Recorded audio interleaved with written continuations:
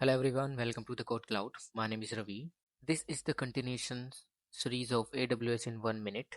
Today we'll talk about AWS security groups and NACL. NACL is nothing but Network Access Control List.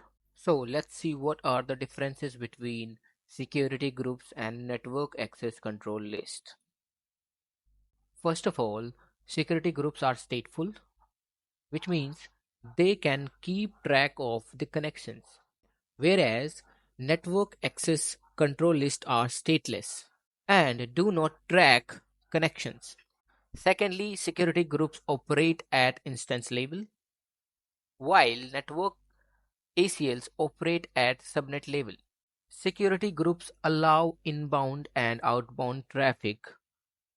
Security groups allow inbound and outbound traffic rules to be configured on a per instance basis, while network ACL allow inbound and outbound traffic rules to be configured at subnet level.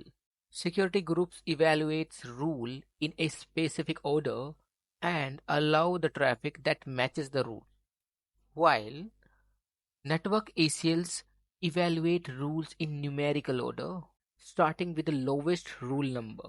Security groups can have both allow and deny rules, while network ACLs can only have allow rules. Lastly, security groups can reference other security groups as a source or destination. But in case of network ACL, can only reference IP addresses or IP address ranges as a source or destination. These are the basic differences between AWS security groups and NACL.